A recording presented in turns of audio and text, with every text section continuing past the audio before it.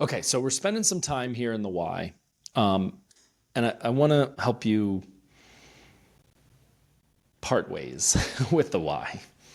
Now, here's what I would suggest. If you had a piece of paper, and on one side of the piece of paper, you wrote down the words like agenda, motive, ulterior motive.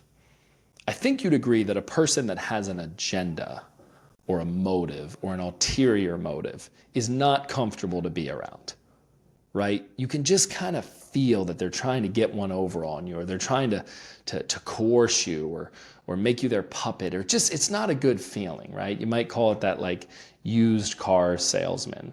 Now look, if you're a used car salesman, a lot of respect for what you do. You get what I'm saying, right?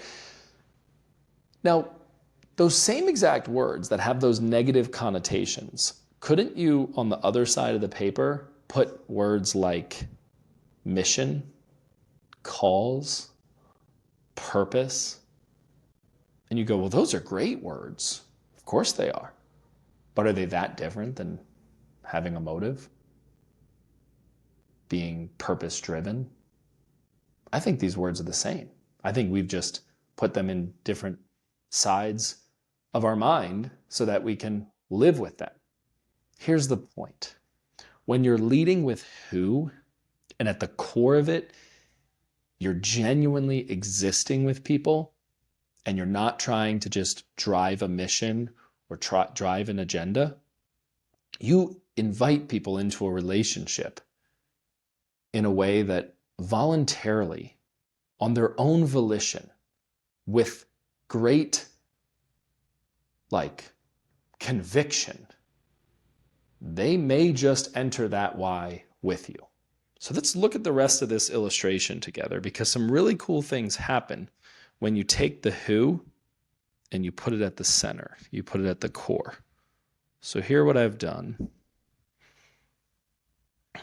is I've created a scenario where it's who, why, and then what. And what this does is it gives you a framework. It gives you an approach to enter every relationship, every interaction. And watch this. You can actually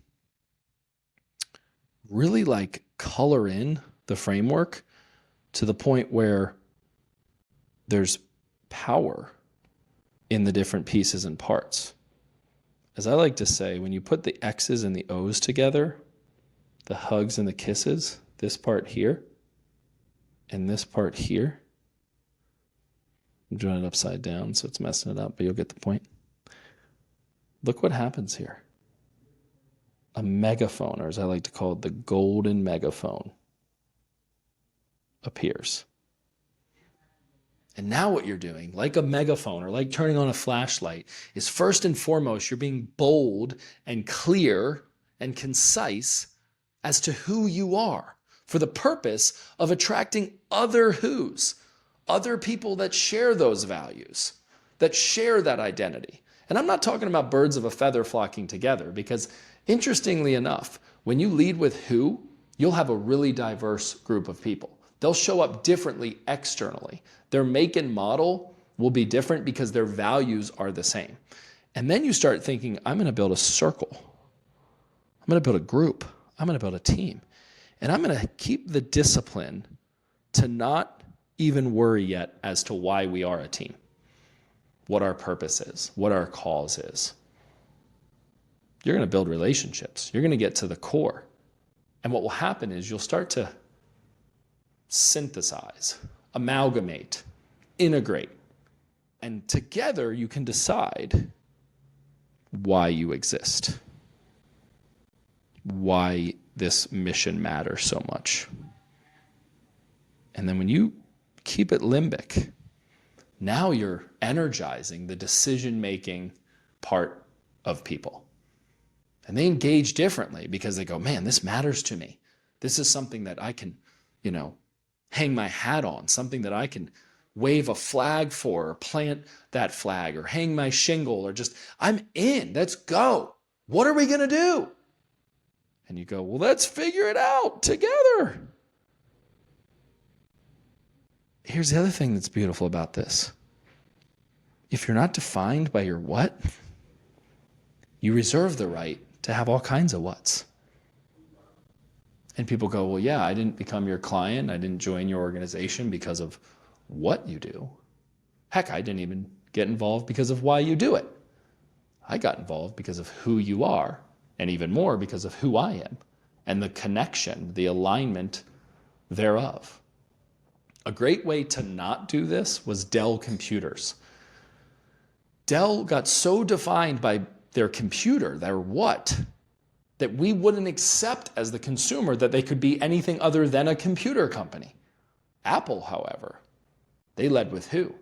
They knew who their customer was. They knew who their diehards were, their A1s from day ones. I happen to be one of these people. And that's why I have an Apple Watch and an iPad and a MacBook Air. And over there, my AirPods. I've got Apple everything because it identifies with who I am. I feel comfortable. Heck, I feel compelled to purchase their products in all these different what areas. So maybe you're a home services company and right now you're a landscaping business and you're thinking, man, there's a lot more around a home that I could do. I could be taking care of their roof or their windows or their doors, or I could be doing garage paving, or I could be shoveling snow in the off season. Well, be careful, because if you're well known as landscaping and landscaping only, you might get exactly what you wished for, which is all the business in that what category. But when you lead with who, people go, oh, I'm with this company because of how well they treat me. I'm with this organization because of how much they care, because they believe in these things, because this is who they are and why they exist. And then, oh, by the way, this is what they do. It's almost an afterthought. I'm not saying it doesn't matter or it's futile. I'm saying put it where it belongs. It must be preceded by the why and the who, because that's the constant. I'm going to prove it to you in one final video. I'm just going to really drive this point home today, because I, again, told you on the onset, if you really adopt this and you don't just let it come in through one ear and out through the other, I think within 24 hours, you'll be reporting back to me, Nathan, an opportunity arose. I led with who. I just sort of relinquished the what. I didn't even really worry about why I was interacting with this person or why we may or may not do business or may not do life. I just existed with them and I shared some things about me and I learned some things about them. And now things are starting to really get moving. I want that for you. It's a super cool thing.